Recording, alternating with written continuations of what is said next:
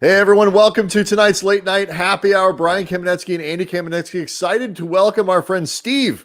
As we found out it was pronounced before the show. It's spelled Daman, it's pronounced Steve. Who knew? All the letters are silent. Cheers. Happy to be here. Happy to be here as an actual guest rather than just crashing the show. Yeah, no, you were good. And so, we should have him come back. Daman Rangoola at Daman R is I think a social media presence that at this point pretty much certainly even beyond Laker fans, I think basketball fans, just basketball Twitter knows you. I love it. I mean, I'm blessed. Like, it's so silly. I try really not to think about it. Like the fact that anybody reads the kind of crazy things I just think and I just tweet out, like, it's a stream of consciousness. You don't think about it too much. And I try not to think about, people actually reading it. I just do it for myself. What do you actually do, like, as a livelihood? Like, what? I work. I work for somebody who runs like a tech site. And so basically I'm sort of the business vague or sketchy. I just because I try to keep it separate. I try to person who makes a website. So basically I and let us never speak of it again. Are you paid all in Bitcoin? No, but I should ask. But so I just do the operations. It's super boring. I just don't talk about it because I know that I will eventually get in trouble on Twitter, and I don't want it to affect my personal life. So that's basically what it comes down to. We've got a ton of stuff. Like, I have, like, it's big basketball. The Lakers had, I don't know, it's like media nice. week. Oh, I didn't know we were supposed to prepare. We were supposed to prepare? This is a lot goes into this, Daman. Oh, I don't know how professional we were being. Together. We are supposed to prepare. You're not. I mean, again, just remain coherent. That's all we really ask. I don't know. This is pretty big glass. We have a very high it's a very high ceiling before you hit the absolute top of non-coherent. Like we've got a pretty big allowance. Yeah, we're good. But so we got a ton of Lakers stuff and a ton of Clippers and just general NBA. It's obviously season's starting. It's a big time. But how did this happen? Like, how did you become like this guy? Because, like I said, it's not just like, Andy and I worked for like years in sports media, whatever, and it's like did it the boring way. But like, I'm not making this up. Like, when we said you're coming on the show, like, basketball Twitter got excited about this. So how did you become such a fundamental and integral and beloved part of basketball Twitter? You know what? So this is making. When did you become a national treasure, Daman? Is really what we're asking. How did you become the hero that we both need and deserve? Listen, if this camera was higher definition, you could see the fact that I'm blushing a lot right now. The truth is basketball has given me more than I could ever give it back. I just love the sport. I try to keep, I don't take myself seriously. I don't take what I say seriously. I try to have a good time. I love the game of basketball. I love the community of NBA Twitter. And just beyond that, I'm genuine to what I do. I love the Lakers. I grew up in Southern California. I moved here in the 6th grade. I moved here from actually Canada. You had Sirat here a couple of days ago. I moved from Canada. And I started watching the Lakers, quite frankly, just to find a way to fit in. I don't look like a traditional Southern California resident, right? And so basketball for me was a kind of a social lubricant to try to, find a way into any kind of group. And I think that just using that and falling in love with the game at that level where it became such an integral part of who I am. I think I never sought out any sort of a follow. I used to, when I got on Twitter, I was nervous to tweet. So I was on Twitter and I would read people's tweets. I would follow, I would favorite a bunch of them, but my timeline used to be kind of empty. I used to start, and then at one point, I started replying to people a little bit, and that was intimidating. I really didn't want to do it. I sometimes would write tweets, delete them, but just be proud of the fact that I even got that far. But then slowly, just people are nice. Like I know, people will find that surprising to say that Twitter is a nice place. You know what? I don't take myself seriously. If somebody says something mean to me, I kind of brush it off. By and large, though, I'm so thankful for the community, and I just to be a small part of it has been just it's kind of I have a hard time thinking about it. I get a little, it freaks me out a little bit, so I try not to think about it too much. But now that you've asked, I've embarrassingly answered. What I actually enjoy doing with negative tweets towards us, or people being really brutal, I like to heart the tweets. I love it. Because I feel like it's confusing. like they're not going to know, did I not get that they were criticizing me? Am I trolling them? Like blocking, I mute people. No, I'm not going to lie. There are people I mute. I rarely, if ever, again, we don't mute people because they don't like us. We mute people because they're either just overly aggressive. They're sort of spamming the timeline. Yeah. Like, I don't care if you say something like negative about it. But like when you're be efficient about it. By the 78th tweet in 12 minutes, I'm over it. I mean, honestly, like, and sometimes I tweet stuff like, that's meant to rile up a fan base, such as maybe the Boston Celtics or the Los Angeles Clippers. Hadn't noticed. And that's where the vitriol you get, because fan bases might get offended. Like I if somebody says something bad about the Lakers, I don't get offended, right? I usually try to take it in jest. But so what I've started to do, and this is a great tip, if a tweet is sort of gaining a little bit of traction, just mute it, forget about it. It happened.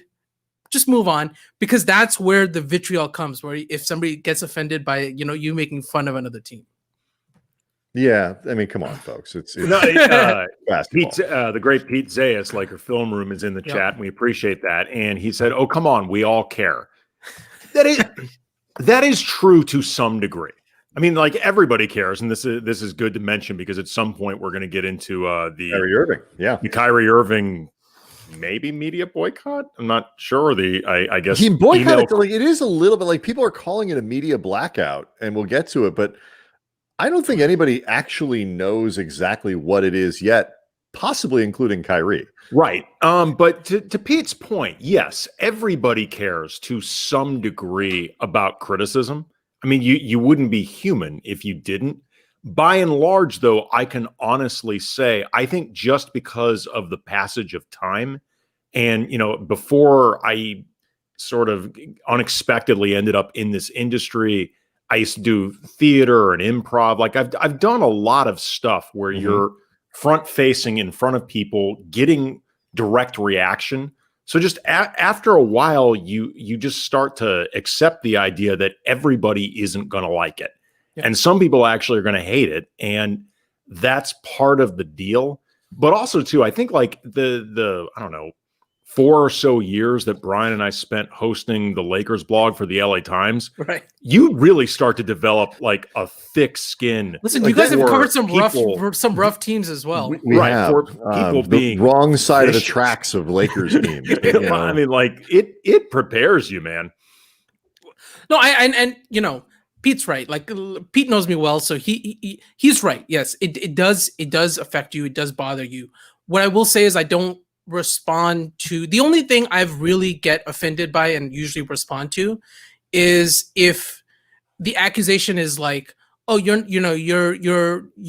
not thinking this through, or you're sort of doing this half-ass thing or something like that. It's like, if I have a take that you don't like, argue on the merits of it. Don't say, oh, use your head. Like, something like that just bothers me, because I'm like, okay, at least give me a little bit of benefit of the doubt that I've thought this through. Disagree with me. Even if you disagree with me a little harshly, okay, I'm willing to listen. I'm willing to engage, because sometimes you do joke. Sometimes you really want to have a conversation. Like, this Kyrie thing has brought up a lot of conversation, and Twitter's probably not the best place anymore to have like long form discussions. Like, this is way better. I'll do one better. It actually never was. No, that's not a new aspect of Twitter. That's been around. It's been problematic for a while. Yeah, I mean, I remember actually when Twitter was getting launched and seeing that it was going to become something that was going to take people by storm. There'd be a lot of people joining. There would be a lot of people being a part of this, and clearly, I'm not above it. It is a big part of, what I do. But the truth is, we as human beings were not meant to be able to interact with strangers like this, being able to say whatever you want, often anonymously with no repercussions. Yeah. Like, this is not the way humankind was meant to exist. Like, I mean, it's like basically the letters to the editor that used to be in the old newspapers, but like thousands of them every minute. Yeah. You know, stuff like it's not healthy for any of us. No. And you can tell the people, like, if Twitter's affecting your mood too often, you should probably step away. Oh yeah. Yeah. For a little bit. Just take a break. You know, good 10 minutes. Because I mean, FOMO. I mean, you don't want to miss something big on That's Twitter. True. So, but like, you know what, we're here. So let's talk about this, because for people who didn't see it, Kyrie Irving did not meet with the media today in Brooklyn, or I guess sort of the national media too. Everything's done now on Zoom, so people are coming from all over the place. And instead released a statement that basically, like, you know, in kind of it was a very Kyrie Irving statement. It was, you know, it was kind of word salady. It had, you know, references to COVID and doing things differently and a different outlook. And the bottom line was, I'm not talking to the media. And we're not sure for how long. We don't know. I mean, the NBA has rules about these things. He could be fined, whatever, set all that stuff aside. And it really started a conversation about whether or not, you know, this is a good thing, bad thing. Kudos to Kyrie. You know, is he doing the wrong thing? Is he a jerk? Whatever it might be. And it is a multifaceted, multi-level conversation. But what I think is interesting about it is you have a contrast between that in Kyrie, who is somebody who has always pushed back on the media. He's gotten a lot of shit, and sometimes deserved, sometimes not. And in LA, you know, the dominant voice is LeBron James, who is, I think, very, very media forward. He is out there a lot. He's putting out his, you know, he's talking on podcasts this week. He, you know, does his media availability, you know, a lot in front of, you know, doesn't he is the opposite of that. He's very controlling of the message and all of these other things. Kobe was like that as well. Yep. And it was the contrast in those things and like how certain players look at this that really got my attention, because the Kyrie thing it's Kyrie. I mean, this is kind of the iconoclast sort of guy he's presented himself as, but it really does create an interesting question of, like, if you're the athlete, what's the best way to control the message? Or do you try? I mean, I don't know, because of all the things, Daman, that you talked about. Twitter is the Wild West. It is a place where that you can't have nuanced conversation, but information disseminates incredibly fast. So I don't know what the right answer is here if you're a high profile athlete. Let me ask you this, because I'm actually curious about your perspective. How useful do you find those scrums? So you covered games, you covered like post games, and you did all that. How useful did you find them? It depends.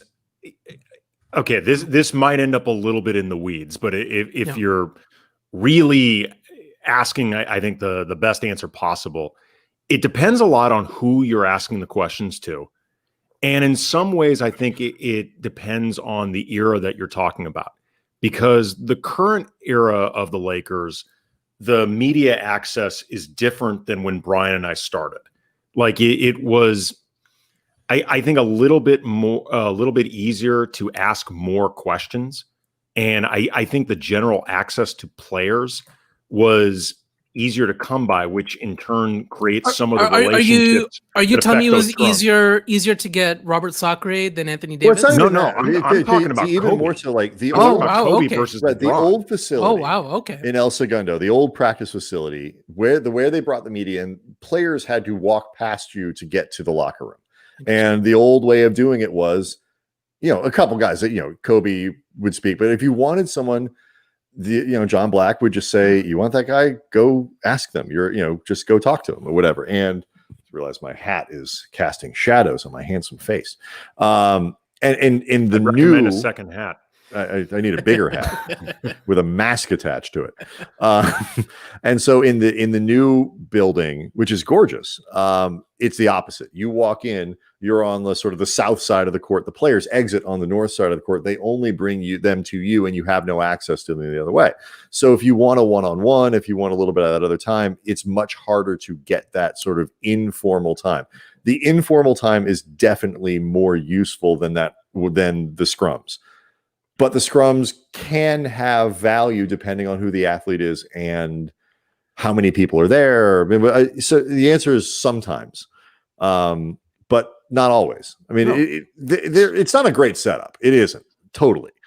No, it is sometimes, I mean, just a dance that everybody's doing because we know we have to do it. And then, you have to be fair to all the players involved. You have a mix of media that sometimes are asking questions, in earnest, out of a real place of inquisitiveness. I hope more often than not, that includes me, that includes Brian. I mean, I know I certainly try to, and, we've both been lucky in the sense that we haven't had as many strict guidelines in terms of what we've written or what we use for radio, so we can have a little more leeway. Also explains probably why we've had 1,100 jobs since sure, but I mean, but it is part of it, though. I mean, there are people who cover the team in different capacities who have more strict guidelines in the things that they need to be asking. I need a soundbite that I can play on the radio at my update at 2:48 today, and I need it to be, and that's why some of the questions sound the way that they do. Right. And sometimes they're phrased in ways that are very much leading an athlete towards, I really need you to say this. Could you please say this because it'll make my job easier? And these guys aren't stupid, and they can tell what you're trying to get them to say. They can tell, I mean, Kobe was actually really, really perceptive with this. They can tell if you're asking because you actually care about the answer versus you're just trying to get a soundbite and basically asking the athlete, make my job easier for me. And sometimes that can be a drag for everybody involved. So there are times where I think the scrums reveal useful information. There are times when they are just a rote exercise that all of us have to be doing. But I'll be honest, and I promise we'll let you talk again here soon. But I think the bigger question and the bigger issue isn't so much the scrums, the post-game questions, whatever. I think it's what happens to the information after it's done. It's the aggregation. Thank you, Anthony Irwin. But enough about Harrison. But it's the aggregation. It's the way that a quote will appear on Twitter and go viral without the larger context around it. A guy gives a 2-minute answer to a question that's very reasonable and contains one or two sentences. The Pat Riley stuff from after the lockout was a great example of that, where Andy, what was where it's, if you took the little snippet, it sounded like Riley was saying, kind of making excuses and saying, basically saying that if we had been healthy, if you took it out of context without everything there, and really even only part of like the juiciest words there, it would have sounded like Riley was saying, had we been at full strength, we could have beaten these guys. Really, what Riley said at his most literal was, if we had been at full strength, we might have been able to push to 7 games, which, by the way, I think is actually true. It's not a ridiculous thing. And so, I think it's when guys open up their social media feeds and see a quote, a something, or whatever, and it's taken out of, or they feel it's taken out of context, that it makes them very gun shy. It makes, when KD sees the headline, and headline writers are not, the people, again, if you don't know this, some people don't. Writers don't write headlines, right? Headline writers write headlines, and so a lot of times you'll write a story, and the headline comes out, and it's like, even as the writer, you're like, good God, that's not what and so there's so many places along this line where it can go wrong. And this is where I think the Kyrie part becomes completely fascinating. Kyrie Irving is a person, I compare him a lot to Lena Dunham. Like, Lena Dunham is a provocateur. She likes to get people riled up. She likes to say things that are provocative and do things that are provocative. And one of my biggest criticisms of her is that when she does those things, she often gets very upset at the reaction when people are provoked and they are critical of it. And I think in a lot of ways, Kyrie Irving is like that. He likes to say things and do things that are provocative, and then gets upset when people are provoked and doesn't like the reaction. So he doesn't always want the responsibility. But the flip side is, and I thought the stuff inside the bubble was a great example. A lot of times he gets preemptively shot down and picked on, but like, for saying something that wasn't fundamentally wrong or uninteresting or he not was, without merit. I think that's kind of what I was trying to get at, where I feel like, okay, so I think just backing up, I think if we look at it just black and white, if we make the issue just a single variable, it's probably a part of his job, I think, contractually, to be available to the media a certain amounts of time, right? There's I think no probably. It is. Okay, it is. Okay, great. So then there's that. We can just say, okay, well, do your job. And that's one side of it. The second part of it is Kyrie Irving, I think, happens to be a very flawed messenger many times for speaking something that has truth to it. So going back to the bubble, I think Kyrie was speaking for a lot of players when they were concerned about, is basketball distracting from, societal issues? Should we be doing this? And he was tagged as the person who's disrupting this and maybe not going to make this happen. And that was the last time he had sort of big press prior to now and his announcement. Secondly, I think this whole setup, this post game, these little sound bites, this little thing, if you look at the value a player will get out of it, it feels like most of the time the only thing that can happen in those situations is a bad thing. Something, you say something the wrong way a little bit, it can get twisted. If after the game, you miss a game winner and Kyrie says something like, or anybody says something like, that we didn't have best play there, or we waited too long on the shot clock, and then it becomes, insert show here says, oh, is he blaming the point guard? Is he blaming the coach? Is he doing this? Is he doing that? When he's just giving an honest. You can just say Anthony. Right. Anthony needs to do something on his show. So, he's going to cut up what players say. He's got to do them like every day. In fairness to Anthony. Right. Yeah. He's producing 73 podcasts a day. I don't know how he does it. I mean, he's got to fill content somehow. So this contextless thing happened with Kyle Kuzma just yesterday, right? Where he's had some problematic moments on Twitter regards to COVID. So separating that, I guess it's a part of what happened where he said something to the effect of like disagreeing with Luka Doncic's point about, the champion's going to be whoever beats COVID or something like that. Yeah. And his actual answer to that question or response to that Luka Doncic comment was actually correct. It was like nuanced. It was like, injuries happen, this happens, that happens. It's going to be a lot of factors.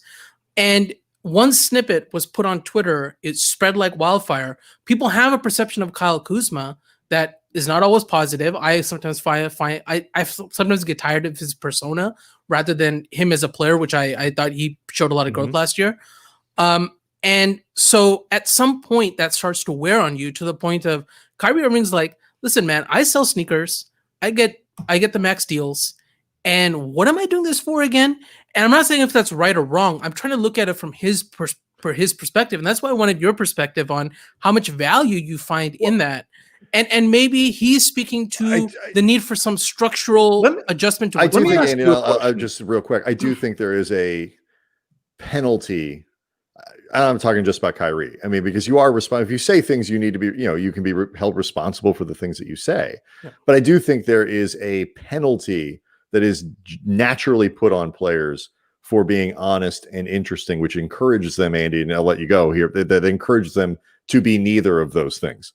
But before I get to what ultimately is the biggest issue I have with what seems to be Kyrie's approach for this season, I mean, who knows if this will keep up the whole year? Who knows if, honestly, the Nets would even be allowed to let him do this all year? I mean, the league, I mean, right. I am assuming, and I may be totally wrong about this, I am assuming that the Nets signed off on this one email press statement, whatever the hell you want to call it.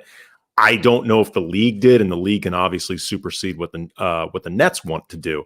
But before I get to the biggest point of contention I would have with Kyrie, I'm curious, Daman, what do you as a fan get out of these scrum quotes and things like that? Because ultimately this is supposed to be fan service, because all of this, is what ends up being generated by media in terms of coverage that's there to serve fans. It's there to generate headlines, there to generate interest, all that stuff. But in theory, fans are supposed to get something out of it. In terms of post-game coverage, things like that, do you feel like there's worthwhile stuff from it?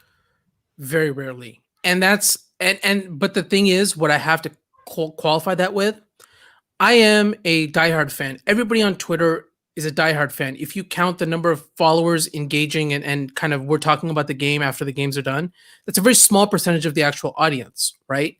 And sometimes we on NBA Twitter also lose that perspective where we are in the upper echelon of people that are obsessed with this to maybe an unhealthy degree.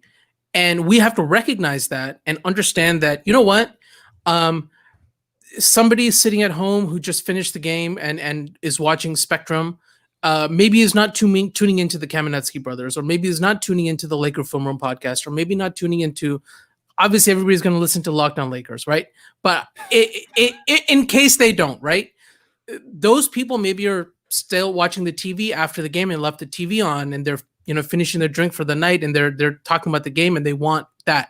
So maybe it's for that fan that this has always existed, and we're not thinking through that enough. And maybe that's the one angle I see, and I'm trying to see it from all sides, and that's the one side I see it from the casual fan point of view.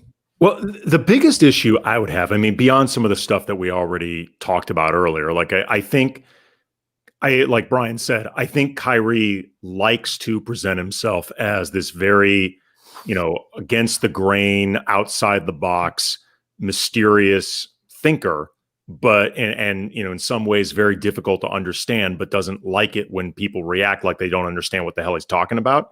Yep. So, in some ways you have to accept what you're putting out there. But the biggest issue that I would have with what Kyrie's doing, if this actually is the plan, is as a leader of that team, and that's what he's supposed to be, certainly being treated like a franchise face, you're actually leaving your teammates out to dry. If you're not taking questions, that means Correct. They are. And from a leadership about you, by the way. Right. Well, I mean, whether they're about him, whether they're about the game, whatever. All of it. Because, all of those things in some way are sure going to be about Kyrie. Or they will be important, they will relevant be to him. Yeah, I mean, they will be. But eventually, like, let's say this keeps up, like the whole year. Eventually, this will just be what Kyrie does. And at some point, I don't even think the questions will keep being asked about Kyrie, but they're still going to be asked about the game, the season, whatever. And if Kyrie's not taking these questions, if he's just putting out statements, that means his teammates are the ones actually taking these questions. And I'm sorry, but that's a shitty thing to do as a leader. And, Brian and I, when we covered the Dodgers for the LA Times, the 2007 clubhouse, which was the worst chemistry of any team I've ever been around in professional sports. It was the opposite of what the Lakers had this year. Yeah. I mean, if you turn the Lakers around 180 degrees, it was that locker room. And that particular team had this schism between the veterans and the young players, the veterans being like Derek Lowe, Brad Penny, and the young guys being, Russell Martin, Matt Kemp, James Loney. And the veterans on that team typically skipped out on post-game sessions. And they left all these young kids to be taking all these questions. And it was beyond being a bad look for those guys. I mean, it created a dynamic too, where it's like, why are we supposed to be taking you seriously as veterans? Like there's a reason these kids, outside of the fact that they were out playing you, are being taken more seriously. They're out front doing everything. Yeah. That's a really good point. And I think ultimately this is the question for the Nets, because from a talent standpoint, Kevin Durant and Kyrie Irving, might be the best duo in the East, right? And this is the test. This is where skepticism about them comes into, because Kevin Durant also in Golden State, where he's succeeded most professionally in terms of just championship success, he didn't have to be that guy who was the face of the team in terms of, he was the leader on the court in terms of, he was the best player on the court. But you had people like Steph Curry, you had people like Draymond Green who were established, who, kind of spread out the media thing. That's a good point, because what if Kevin Durant gets tired of it? He could just be a guy. I mean, he wasn't as much as Kevin Durant, a player of that caliber, could be just a dude in a locker room. He got to do that in Golden State, and he doesn't get to do that in Brooklyn. He's another guy who has a really prickly relationship with the media. Right. And so we're gonna have long Steve Nash pressers. How much Torian Prince are you ready for? Right. It's gonna be a lot of that. It's gonna be a lot of Karis LeVert, who, by the way, I love Karis LeVert. Spencer Dinwiddie, who actually is a pretty good interview. I mean, this might be Dinwiddie's gain. Like, if all these other guys don't want to be talking, I guess DeAndre Jordan, when he's in the mood, can be a pretty good interview. Yeah, but it's I think what they're supposed to be doing. Andy's point though is a good one, just because like like everybody, they don't owe you anything. You're right, they don't owe us anything. The obligation is really as a star is to your teammates. It's not to us, and that's the other thing. Like, Spencer Dinwiddie, as Anthony points out, can talk about Bitcoin. I don't understand Bitcoin. I feel like I should. Like, I feel like, remember when Bitcoin was going to make everybody rich and then it made everybody really poor? It's starting to make people rich again. I feel like I should understand this a little bit better. We should get a Bitcoin guy on. We should get a Bitcoin guy. Daman, I know you're being very mysterious about the work that you do. But like, can you at least acknowledge? Are you at least tangentially connected to Bitcoin? Can you help us out there without blink 3 times if you're involved in Bitcoin? Yeah, I've tried. So I listened to like 2 podcasts about Bitcoin, and I had to listen to them again. And I realized if I can understand even like the podcast that's explaining it for dummies, it's probably not an investment for me.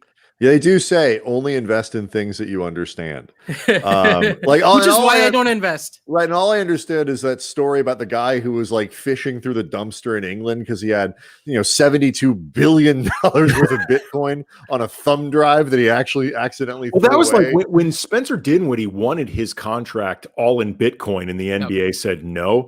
My reaction was he is either a genius who understands Bitcoin like better than 99.5% of the world, or he has absolutely no idea what the hell he's talking about, and the league just did him a massive favor. I think there's no in between.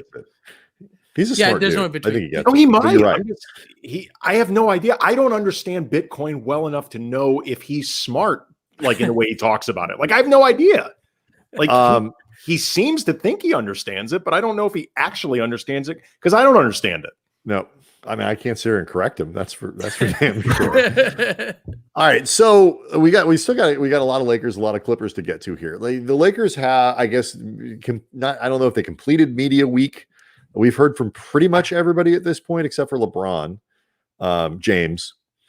And thank you for clarifying. We didn't know. Not everyone is a huge fan of the team. Who's people could just be crossing paths with the show tonight. Maybe a couple stragglers here and there, but pretty much everybody has been heard from in one form or another. I was asked this question. I did a radio hit this afternoon. Was asking the Lakers now with Anthony Davis signed up for 5 years or whatever it is, and LeBron locked up for another year on top of the one he was had. Like, what's the window here? Because I want to talk about AD and why he ended up signing the just the full max as opposed to chopping it up. But let's just assume everything is like, and guys are healthy. Organization keeps running the way. How big of a window do you think we're looking at here over the next 4 years? We'll call it.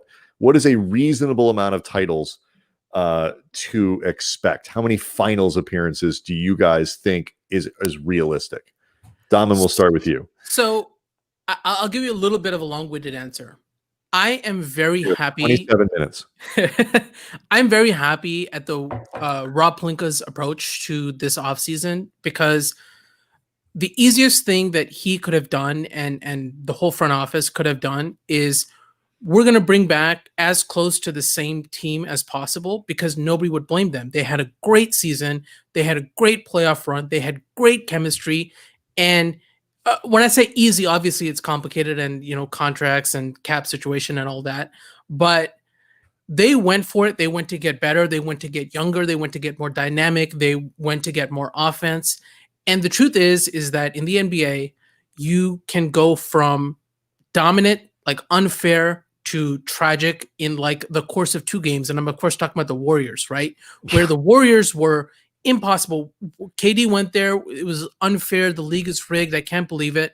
And if you look at what they did and how long it lasted, I think part of it is that the NBA is structured in such a way now with shorter contracts, with other teams rising up, other teams, how quickly did Brooklyn come together now? And they might get James Harden, or Philadelphia might get James Harden, and, juggernauts rise and fall and go up and down. And so I just wanted to say I am very happy that they're continuing to push the pedal and not just assume that our title window is going to be so long that, we can slow play this, we can go slow. And they went for it because I think that you're saying 4 years on paper right now. I can say, well, they should be at least contending for 4 years. Maybe they make 2 to 4 finals and they win 2 to 3 more rings, right? Just being realistic. But it goes so fast. So you just have to be all in all the time. And I really appreciate that about the Lakers this offseason, where their last offseason was magnificent. They hit on a lot. I think that what they did this summer was a way harder from that perspective. No question. Way no harder. question Right? it was harder. And so they increased their chances to win now. And we can talk about 4 years from now, but I think that if you keep that mindset where we're going to keep the pedal to the metal, the one good thing that they've done is, for example, the Danny Green to Dennis Schroeder. They got younger, and just this is a cold-blooded kind of way of talking about it, but they got a better asset. They got a more versatile asset moving forward. It's funny actually. And first of all, what's crazy about the job they did this offseason, and really Rob Pelinka, like I have been on record expressing doubts about him in the past. That dude crushed the offseason. Yeah, they nailed it. I don't consider what they did last year to be that hard. I mean, it worked out really well. They made some good choices, whatever. They fell into most of the decisions they had to make.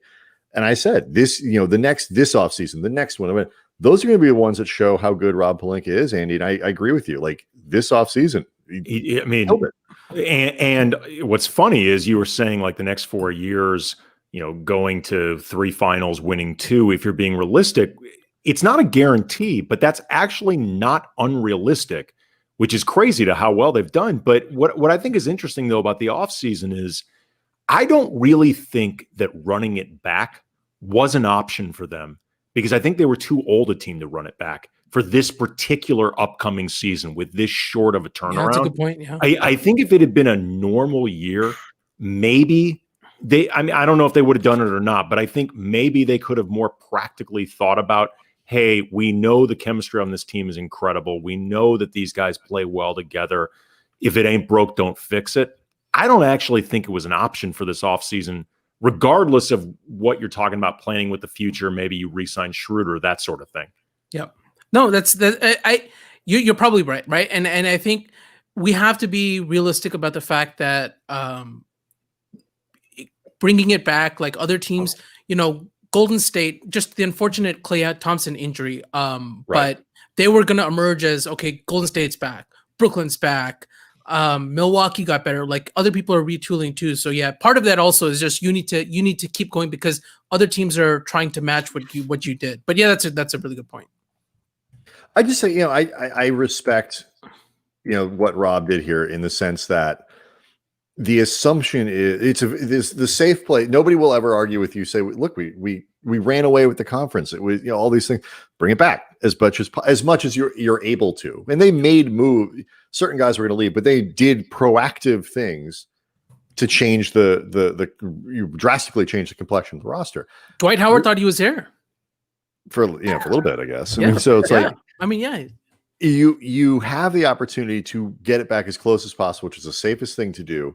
And nobody's really going to criticize that because your team was so good. You have the evidence there.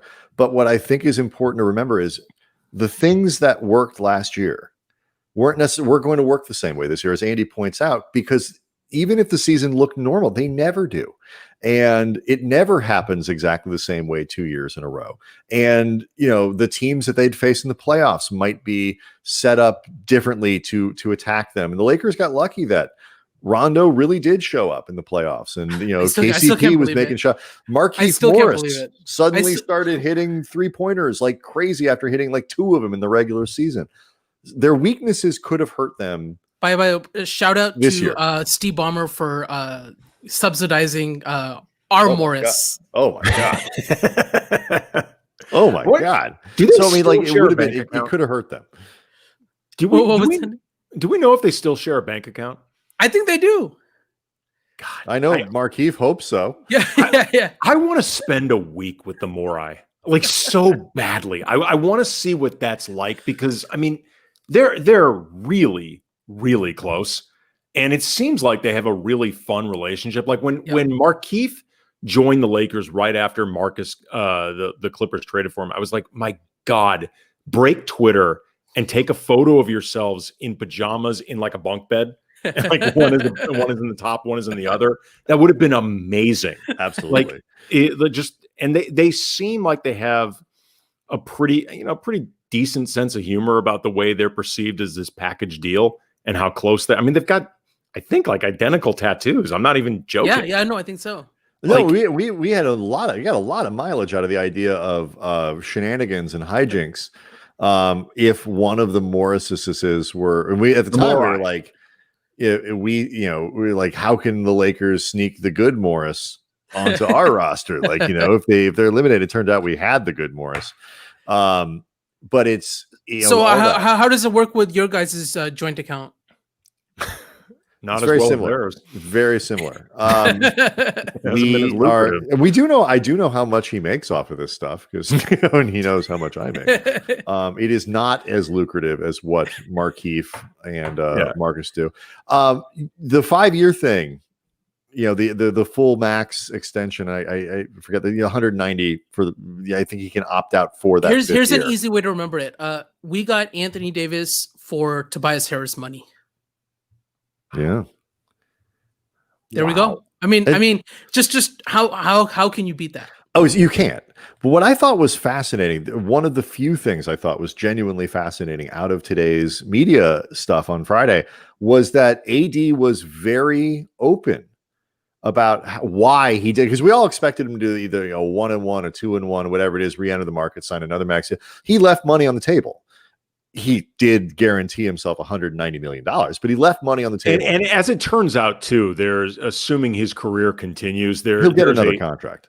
Well, it's not even just that. Like there are specific ways that doing it 5-year, like the age that he re-enters a new contract. Like as it turns out, he's leaving very little money. But he could have accelerated that a little bit. He could have there are ways he could have squeezed this out to where there's other things other than money, right? If you're on a 2+1, you exert more control over the organization. Correct. When you're in that second year, you could be like, hey, I know you're looking at signing this guy. Why don't you sign my friend? I'm a free agent. I have an option coming up. Like there's a lot of that kind of absolutely. stuff. And he said no. Nope. And what I thought was really fascinating is he acknowledged openly, I've had a little bit of an injury history. I've had a little bit, God forbid something happens or whatever, he played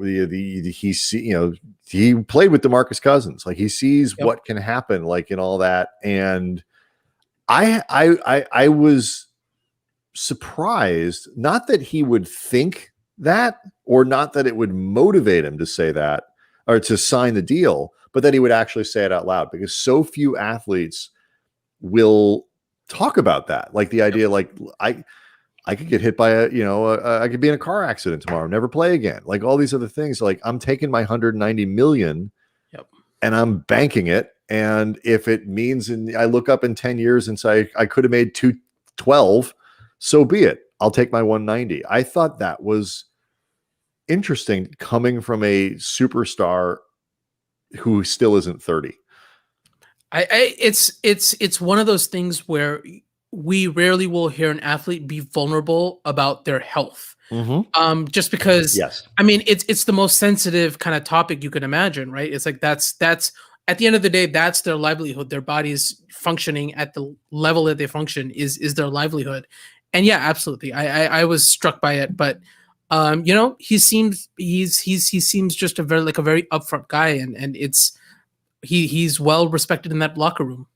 And I will say, this second day in a row looking at this, the guy's got what appear to be like 65-foot ceilings. I mean, that I don't know. I mean, where you build something like that in this town, but man alive, he is a tall man, and I realized he was shooting up and all that, but wow, those were some big windows. Yeah, our joint accounts aren't gonna cover that. No, we can't even cover one of those walls, like much less the whole house. I mean, just one of those walls has to be really, really expensive. I bet he records a lot of podcasts. the Locked On lot of podcasts network to do that. Yeah, it's very prolific. Locked On AD. The other thing too, though, that's great for the Lakers beyond the fact that they know that they have LeBron and AD, and in AD's particular case, in his prime, locked up, This does such a favor for Rob Pelinka when it comes to planning out the future and looking 2 to 3 years ahead, that sort of thing. There are no question marks. Like you don't have to think about, well, this guy may have an opt-out, and I don't know exactly what that number is going to be in terms of targeting somebody that could be a free agent or a trade acquisition 2 years down the road. He knows all of the concrete answers. Yeah, and it helps the Lakers be better. Everybody talks about the leverage, but in a lot of way, predictability is the greatest thing that a GM can have. Yep. No, it makes everything so sustainable in terms of building and long-term planning. The one thing I'll say though, and it's very interesting from LeBron's perspective, because beyond LeBron maximizing his earnings, which he should do, and him and Rich Paul has done a very good job of that. I cannot, and I've been thinking about this. I've been thinking about this a lot last year.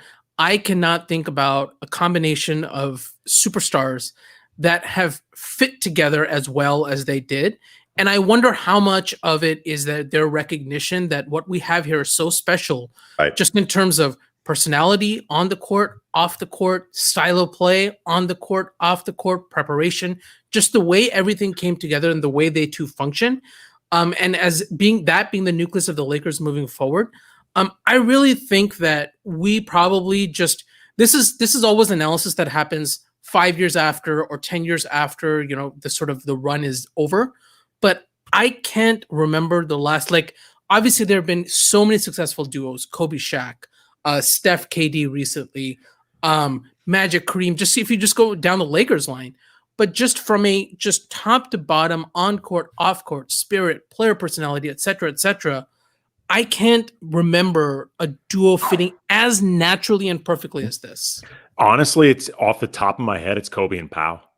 I mean, I used to always say that if you put a bunch of scientists together and said, we want you to build, in a lab, Frankenstein style, whatever, the perfect complement to Kobe.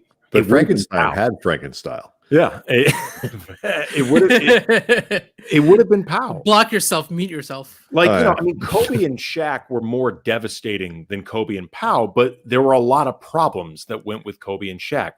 Pau was on the court, off the court, just perfect. You're talking to the number one Pau Gasol fan here, by the way. And part of, I think, why I became such a huge Pau Gasol fan was because of how well he fit with my favorite player, Kobe. And look, Pau took, elements of shit that so far AD has not had to take from LeBron. And look, LeBron and Kobe were different. He has not been asked, for example, to put on his big boy pants. No, and he's not going Black Swan. He's not asking to be the Black Swan. And look, some of that stuff was brutal to watch up close that Kobe put Pau through. But Kobe and LeBron are different people. Pau and AD are different people. But Kobe definitely appreciated what he had in Pau, a lot.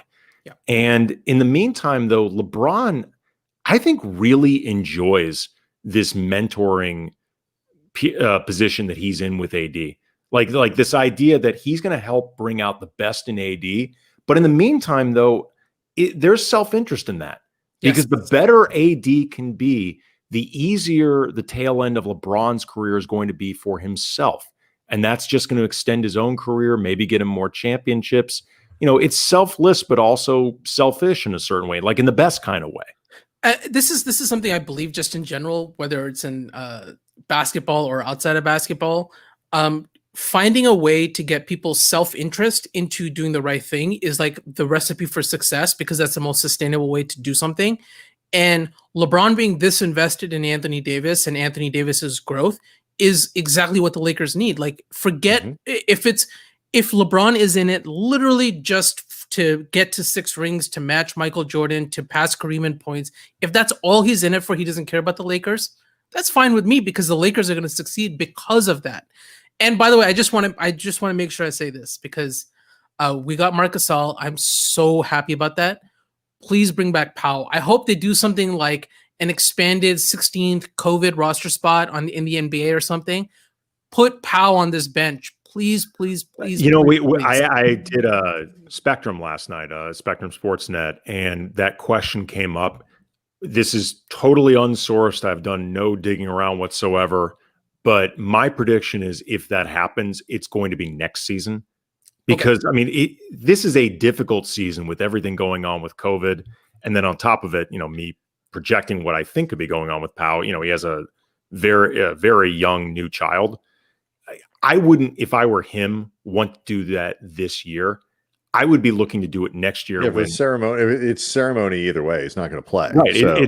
Right. So if it's going to be ceremony, you might as well make it as easy for yourself as possible. And hopefully Mark will be on the team next season as well. But that's when I actually predict that it's going to happen. Daman, your point about lining up self-interest with kind of having guys like making all those self-interests line up in ways that is a great one. And in a lot of ways, I mean, that is what Kobe was doing with Powell. He was molding Powell to his self-interest, just in a really mean way. Well, you know what? Not nice about it. Listen, I love Powell. I think until Powell came to LA, he was missing that edge that he needed to get to the next level.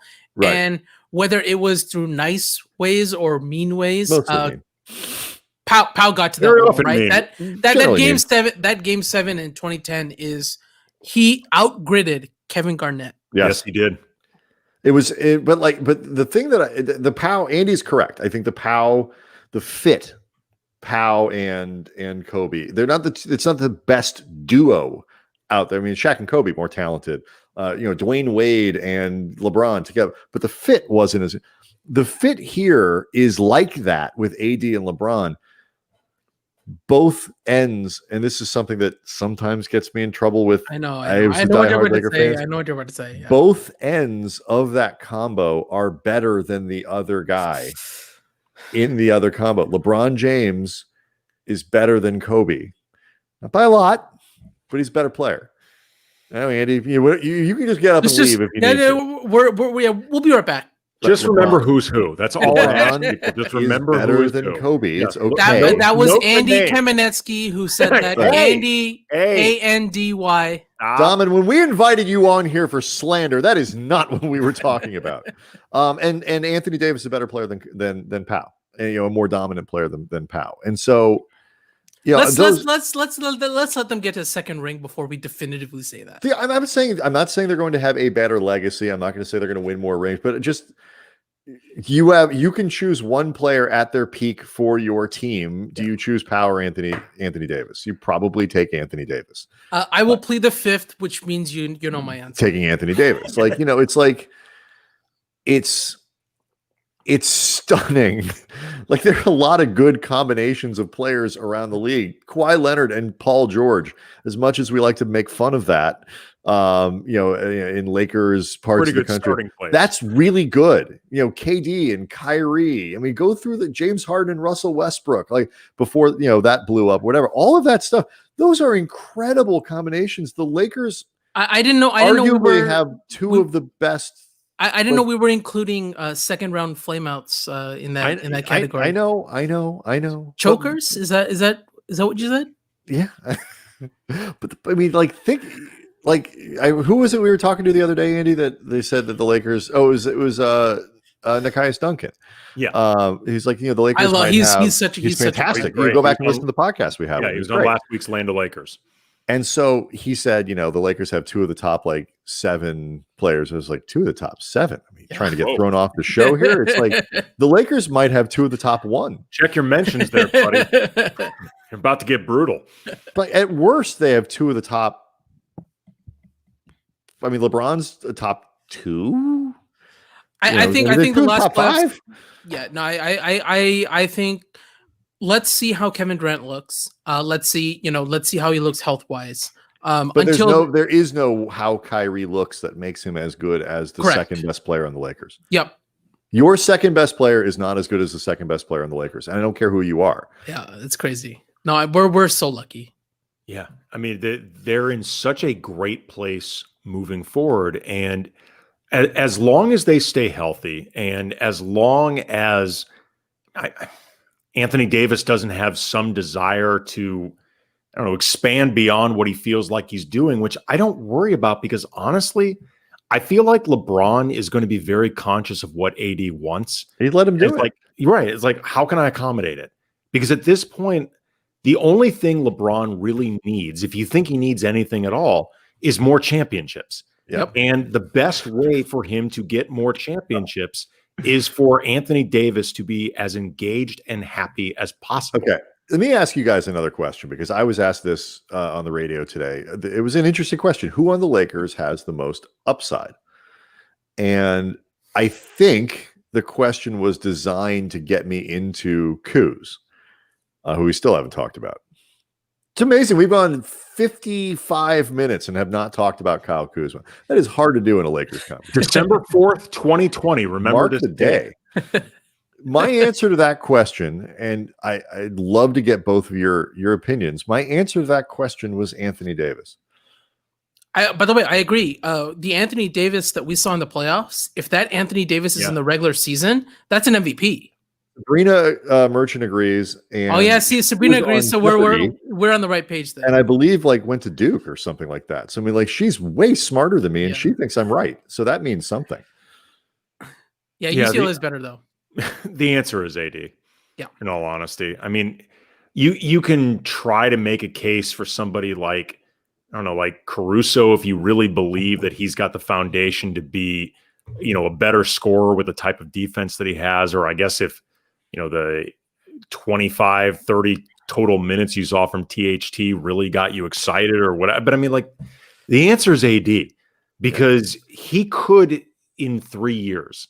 Andy pissing off all the Devontae Kaycock stands out there. Well, I'm just trying to keep the whole thing fluid. Hey, listen, Giannis hasn't signed his extension yet. Maybe we should talk up Costas a little bit. That's right. I'm trying to motivate Kaycock, and I know he's watching right now, and I know he's going to feel slighted. And this is what, when you see him collect that 2026 MVP award, you're welcome. But I mean, AD has a chance, I think, in 2 or 3 years to be considered the best player in the league. Nobody else on this team that isn't LeBron has that chance. I mean, realistically speaking, that's upside. I mean, even if you think he's the 4th best player in the league, to be considered the consensus number 1, that's amazing. That's the most valuable upside you could possibly have. And by the way, that's the hardest kind of hill to climb, right? From being a bona fide superstar to best player in the NBA or second best player in the NBA. Those leaps are so hard to make, and that's why when we're talking about upside, I would say that that's the biggest room for if Anthony Davis. So I have to be honest with myself and say, coming into last season, I was very excited about LeBron James and Anthony Davis, right? But I had a lot of questions about who Anthony Davis was because of his track record. I mean, obviously that's an organizational sort of team. How good was the team? But I still questioned, and there were some games where they would force the ball to him in the post and it just wouldn't work. Or there were some games where he was a little checked out and it happens, but that's a part of your evaluation of a player. And going into the playoffs, I have to be so honest and say I was not even close to thinking that he can get to that level. You are not alone. I mean, he was you are not alone. He turned into Kawhi Leonard from the mid-range, and that is so lethal. I am a huge Giannis Antetokounmpo fan. I love that. I considered him MVP hands down last year, even though people would argue, LeBron, especially Lakers fans, would be upset with me, but I'd be like, no, Giannis. In the playoffs, the things Anthony Davis was supposed to do and what he was able to do in a playoff setting set him ahead of Giannis for me. And he showed me also that if you evaluate players in the playoffs, you need to you need to evaluate players a little differently. And that's why, when I look at Giannis, I'm like, you need to stop working on the 3 and watch what Anthony Davis did from the mid-range to kind of elevate his game. But Anthony Davis, to me, became better than Giannis, and that's a huge leap on its own for me. Especially, I think, Dama, when you consider the context, because in my head, I always picture the parts where Anthony Davis is, I'm going to force my way to the Lakers. I'm going to be all that stuff, and he's got buddies around him. It's like that scene in where Cameron's trying to talk Ferris out of confronting his dad. You don't want that kind of heat. You don't do it. You don't want that heat. That's too much heat. You don't want that heat. He went out of his way. It says something about Davis that he sought it out. He said it himself in the playoffs. Yes. I'm that guy. I'm going to go to the place where if I fail, I will be the guy who I will be the guy who failed, and then people will talk about me like that. And I have enormous respect for the fact that he wanted to do it in the first place, and I don't think he got enough credit for it. And then that he actually elevated in a way that the Lakers needed, because the Lakers' plan wasn't just, AD be AD, LeBron be LeBron, and we're good. Yeah. It was LeBron go be playoff LeBron, which is a better version. AD go be playoff AD, which is you only better. Because if you don't, we're not going to win. And he did. Yeah. And I think that's awesome. Well, it's funny, actually, when you think about, LeBron, beyond just being otherworldly talented, he's one of the most unique players we've ever seen. AD is, if not as unique as LeBron, he's up there. I mean, you don't see many players like him. Pelinka referred to him both as his two unicorns. Right. And he's right. He is right.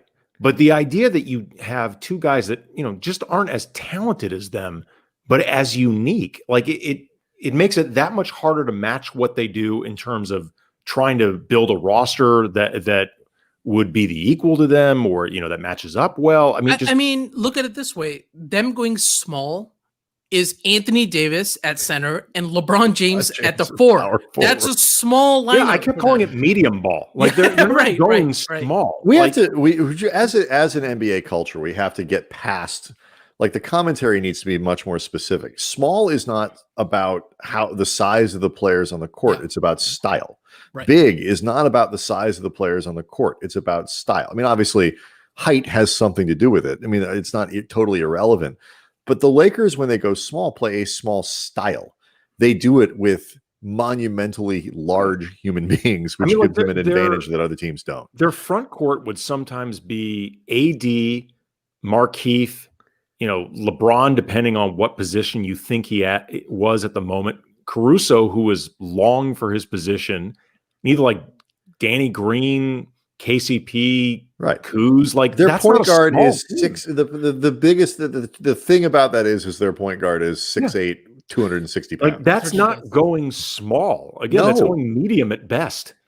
It's style, and that the Lakers have the ability. This is where I think it's so hard, and like why you've seen the teams recalibrate how they think they can attack them, because they all understand, like, to close this gap, you have to figure out how to combat that.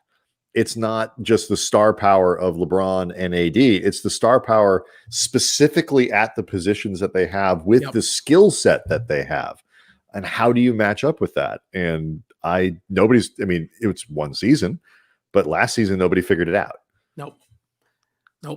And Serge Ibaka's not going to get it done. Look, Clipper slander is fun. That's a good pickup for them. He's a better pickup. It was a great recovery from what looked like not a great offseason for them. Okay, we've gotten actually from Luke K the request. I need more slander if Daman is going to be on the show. I want Clippers, Rockets, Ainge jokes. Daman, the do you want to talk? Okay, do you want to talk Kawhi Leonard? We just assume you're like a comedian with like a tight 5 on this stuff. Yeah, like you can just go through it all. Do you want to talk about Kawhi Leonard a little bit? Sure. What did he say today? He was asked a question about, his leadership and this. Do you guys remember what he said? Yeah, I've actually got the quote. Okay, go for it. Let me find it. Where is this? Clippers. In retrospect, I have too many notes. Okay. Here it says. Just write some stuff down. Okay. This is from, I believe, a report in ESPN. Leonard also said he will continue to try to lead the team the way he did last season with his play and taking action when needed, like calling players only film sessions, as he did at one point. Quote, a coach can't put a battery in your back and tell you to go play harder to win games. You have to have the mindset. But then Kawhi added, but my leadership role isn't going to change. I'm just going to keep doing the same thing I've been doing. And you know what? As a Laker fan, I say fantastic. Do exactly what you did last year. I am thrilled by that. Let's talk a little bit about Kawhi Leonard, because he's a quiet guy and he does not really get the level of scrutiny. Like, quite frankly, coming out of the Clippers series, we were, us as in the NBA Twitter community, who did we clown the most? Paul George. And with good reason, right? Paul George, who I affectionately call Palmdale Wesley Johnson. That's not fair. Like, And that's straight up. so let What me did Wesley Johnson taking fire here? He I mean, didn't even in the room. I love slander as much as the next guy, but I mean, a joke's a joke. Like, I apologize. That's too rough you know on what? everybody. Wes You're right. Johnson just got hit with a brick. He's Yeah, you know what? You know what? West was a nice guy. I do owe an apology, and that's to Wesley Johnson. I'm sorry. So let's talk about Kawhi a little bit, right? Let's talk about his career. He succeeded the most in terms of longevity of time in San Antonio, right? He was drafted onto a team with a coaching legend in Greg Popovich, a locker room that was established with Tim Duncan, Manu Ginobili, Tony Parker, all those guys. And he fit into that structure. Credit to him. He worked his ass off. And by the way, I should preface this by saying, of course, I wanted Kawhi Leonard on the Lakers. And by the way, it would be hilarious if he joined us next year because he's on an expiring deal, right? He can still do that. And I will welcome him. I will disavow. He takes the taxpayers mid-level to join I will disavow everything I'm saying right now. I will have it scrubbed. I will wire you whatever it will take to have this scrubbed from the internet. I will disavow it all if he joins next year. But let's say this. He ghosted Greg Popovich when he wanted to leave. And there are genuine reasons. But I should credit him. He had one of the most impressive growth stories. We can credit the San Antonio coaching and all that, all we want, but it's the work that he put in from who he was as a prospect to who he became in a few years only to be the finals MVP. Let's establish right now, Kawhi Leonard is he's amazing. I mean, he's a Hall of Fame player. He's amazing. Okay. But let's just what he's done. That being said, in San Antonio, he had one job. Go out there and play basketball. We got the locker room. We got everything. Don't worry about it, right? Tim Duncan, Greg Popovich, all these things. He hits a bump in the road, gets injured. There's some really funky stuff going on with the team. Stuff happens. So what does he do? He demands a trade to a specific market, Los Angeles. Benefit to me, but screwing over the Spurs, right? Taking all the trade leverage out of everything, right? That's on his record. We consider Kawhi Leonard at the same level of a LeBron James, right? Last year, it was a toss-up who's the best player. Kawhi is coming to LA, right? So let's have the same level of scrutiny. He screwed over the Spurs, and he destroyed the trade leverage.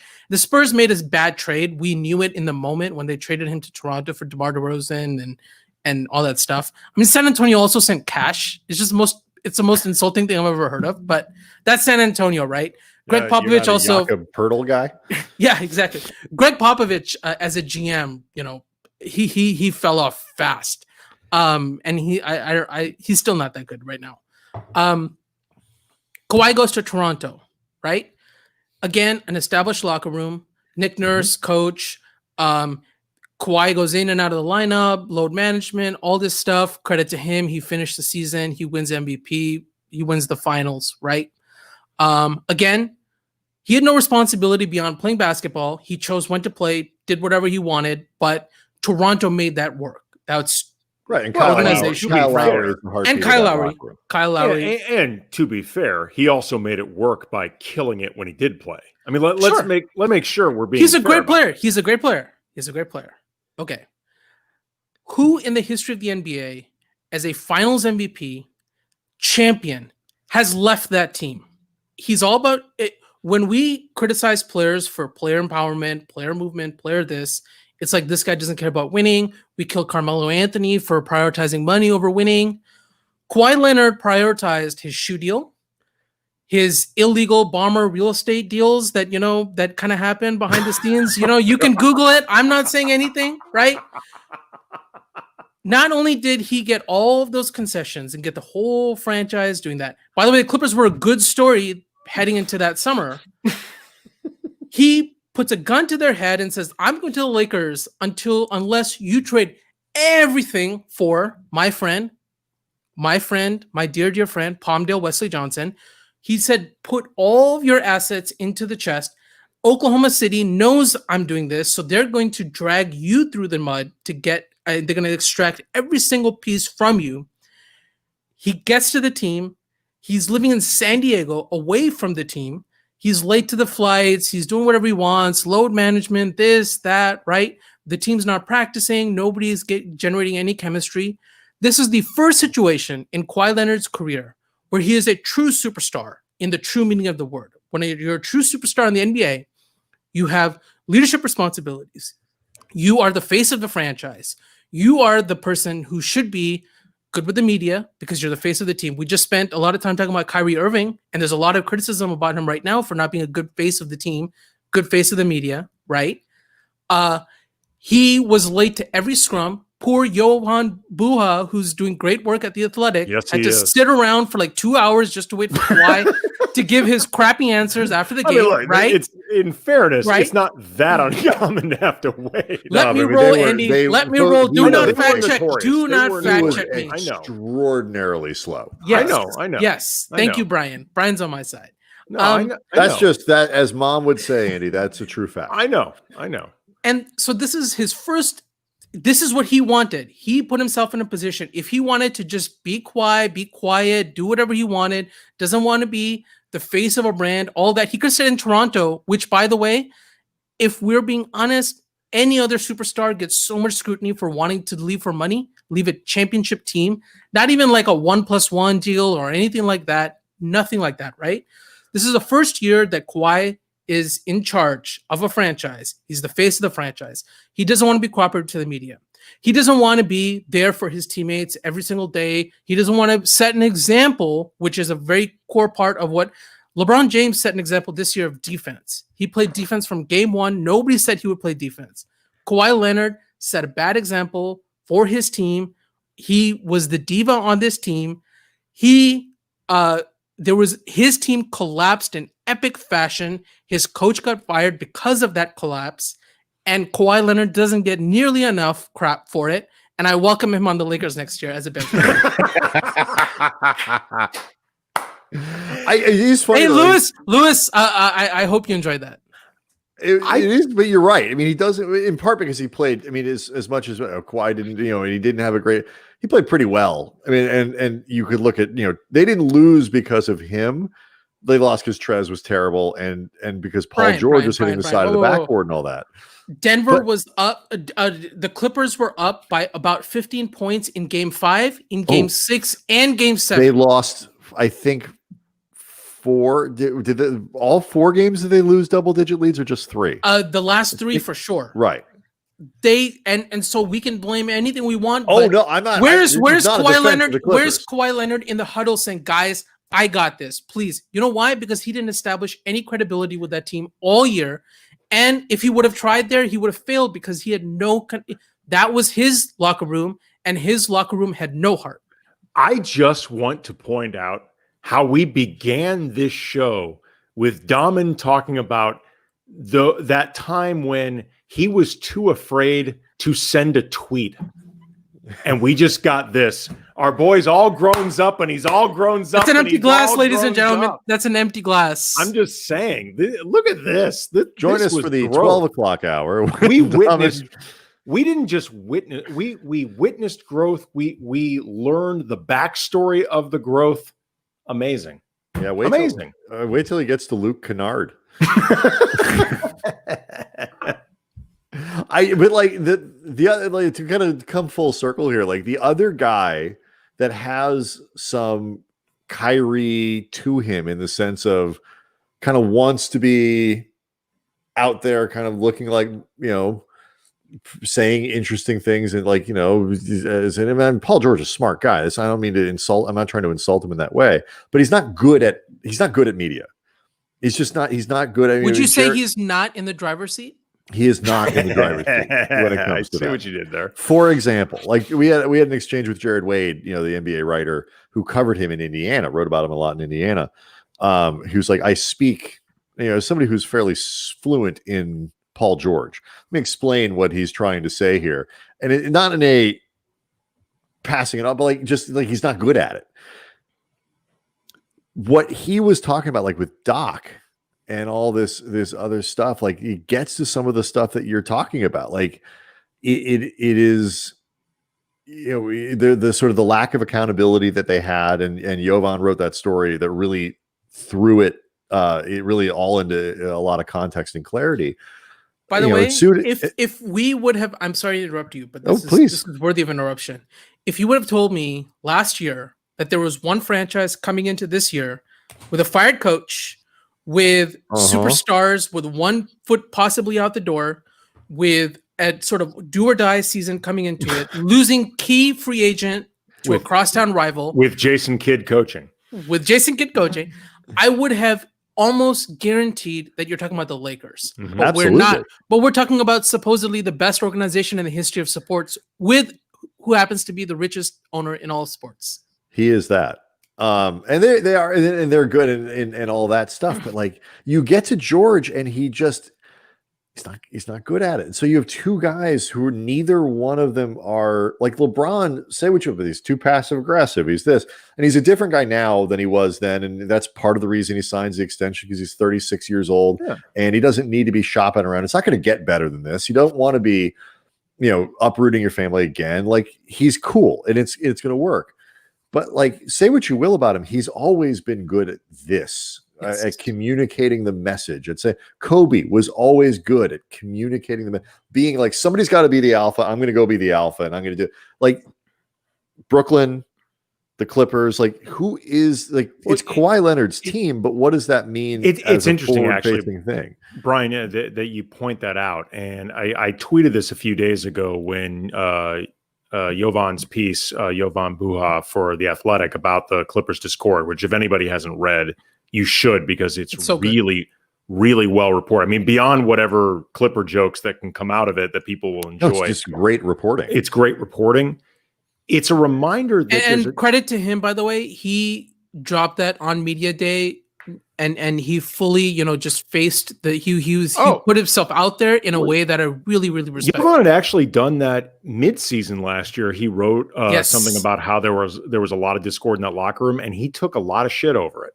And it turned out everything that he reported was accurate. We call guys like that journalists. That's not how we refer to ourselves. But like, there's a Jovan's piece I thought was a really good reminder that there's a difference between, as a superstar, having accumulated power across the league, as opposed to agency and currency within your own organization. Like, there's a big difference.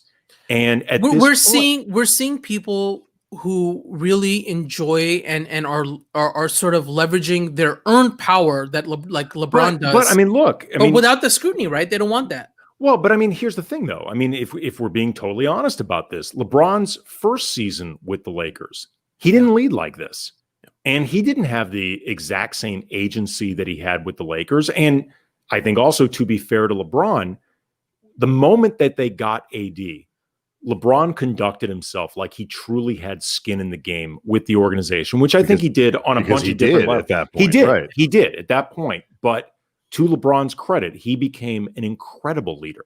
Like, from minute one, the minute AD ended up getting traded to the Lakers, LeBron was amazing as a leader. I'll tell you what moment stood out to me, in just to tag to your point, was when there was a lot of it was a messy hiring of Frank Vogel, right? And everybody assumed Ty Lue was coming. The way he endorsed and supported and showed up at the press conference, that was like day one, moment one, where I was like, that is a different LeBron.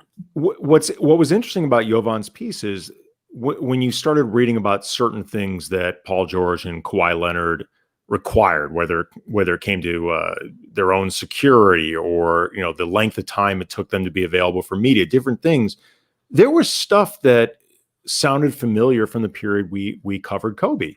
And Kobe was, my personal experience, and Brian would agree, I found him relatively easy to work with as a member of the media in terms of what we needed from him. I found him pretty cooperative and definitely very, I think, always, if you showed up prepared, and 85% of the time, there are times he's Kobe Bryant, he's not in the mood. 85% of the time, you show up prepared, and he would give you thoughtful answers to everything you asked for. The one time Brian and I ever needed him for an in-depth piece, he was terrific. I mean, he gave us everything we ever would have wanted and more. But Kobe was high maintenance for that organization. Like, he was not an easy star to have around. Nobody, being honest, would ever say that. but Kobe had currency and agency within the Lakers organization that went beyond just the fact that he's one of the best players in NBA history. Yeah. Kawhi and Paul George don't yet have that agency within the organization. They just have power, and there's a difference. Yeah. And look, they could both turn that around. You know, I mean, the Clippers are going to be very, if they have the right focus. I think I actually think Ty Lue is an upgrade over Doc. I think he's better. But me too. I was bummed out last summer because I really wanted Ty Lue. I think he's very unfairly tagged as just this LeBron guy. Listen, Ty Lue has beat Brad Stevens and Steve Kerr in playoff rounds, right? Look, Like, so if the Clippers have if they have the right mentality, they're going to be really, really good. Yeah, I think Ty has almost all of Doc's gravitas as a voice, with more of a just a better understanding and appreciation of the modern game. Better strategy, better X's and O's guys, forever. This is an interesting question, though. Oops, wrong. That is not the interesting question. Where to go? Here we go. Roberto Jones asked the question, what would the media's reaction have been if the Lakers had those leaks coming out? You know the reaction. It would go back 2 years. That's the reaction. Yeah. When the Lakers were a tire fire and they got hammered for it. Like, it's not like this is like this sort of weird double standard or something. Like, the Lakers got absolutely hammered. But the reason there haven't been those leaks and those leaks didn't happen last year is because they were legitimately drama-free. Like, that is the most extraordinary thing about last season that I think will be kind of the legacy of that team is there was no drama. You know what's funny? Lakers have had seasons where they won championships. They've had seasons where they've been in the lottery. They've always had drama. Last year was the first one where I don't really remember a single blow up of any kind. Nothing. So I will let you go on this, but to your point before about if you to guess which team would be in the situation, like we don't got to do something, we got to make a finals game, whatever, we're going to lose because those guys leave, they are fucked. I mean, it's not even they are 100% fucked. And so the pressure, the Lakers are far and away prohibited title favorites. They are expected to be a dynasty going forward. They have all of this. It's LA. It's the Lakers. It's all of this stuff. And the Clippers have like 5 times the amount of pressure on them. That is an amazing thing to think about, that the Lakers are supposed to win a championship. And if they don't, it's going to be like, what the hell happened? And they don't have nearly the amount of pressure. They're footloose and fancy free compared to the Clippers. It's a good time. And by the way, I believe Paul George today said that he wants to retire a Clipper. So I'll enjoy him on the Phoenix Suns next year. Jeez. Everyone loves the Paul George slander. I will say I had a moment in the bubble because I was piling on to him. He played like shit. I mean, he wasn't good enough and all that stuff. But when he did kind of cop to like, oh, by the way, like I'm sort of suffering from a level of depression in here that people ought to know about. I was like, A, good for you for talking about it. And B, I do kind of feel like an asshole now, and I'm sorry. The difference between me and you is I feel like an asshole, but I'm going to keep it going. I'm good with it. You got to ride it. You got to ride through that. You work through it. I accept me for me, Daman says. It's like the guy on Man vs. Food who's trying to eat like a 7-pound burrito. You just got to keep going. You can't stop for that. Once you lean into self-loathing, it's actually pretty liberating. It's the best. All right, man. We appreciate the time, man. This was a lot of fun. Thank you. Thank you very much. Thank you very much. Thank you for having me. Seriously, thank you. Next week, got some good guests already lined up. Megan Gailey, comedian, a big basketball fan, and a very, very funny woman, going to join us on Monday. Tuesday, we're going to talk Hollywood with Scott Feinberg from The Hollywood Reporter. This is a big week in Hollywood in terms of like the future of movies. And how what the hell award season is going to be, and Darius Soriano, our friend from Forum, star of Laker Full Moon podcast, the star. Darius is the best. Don't tell Anthony. All right, we'll see everybody next week. Have a great weekend. Donk you, Niederland.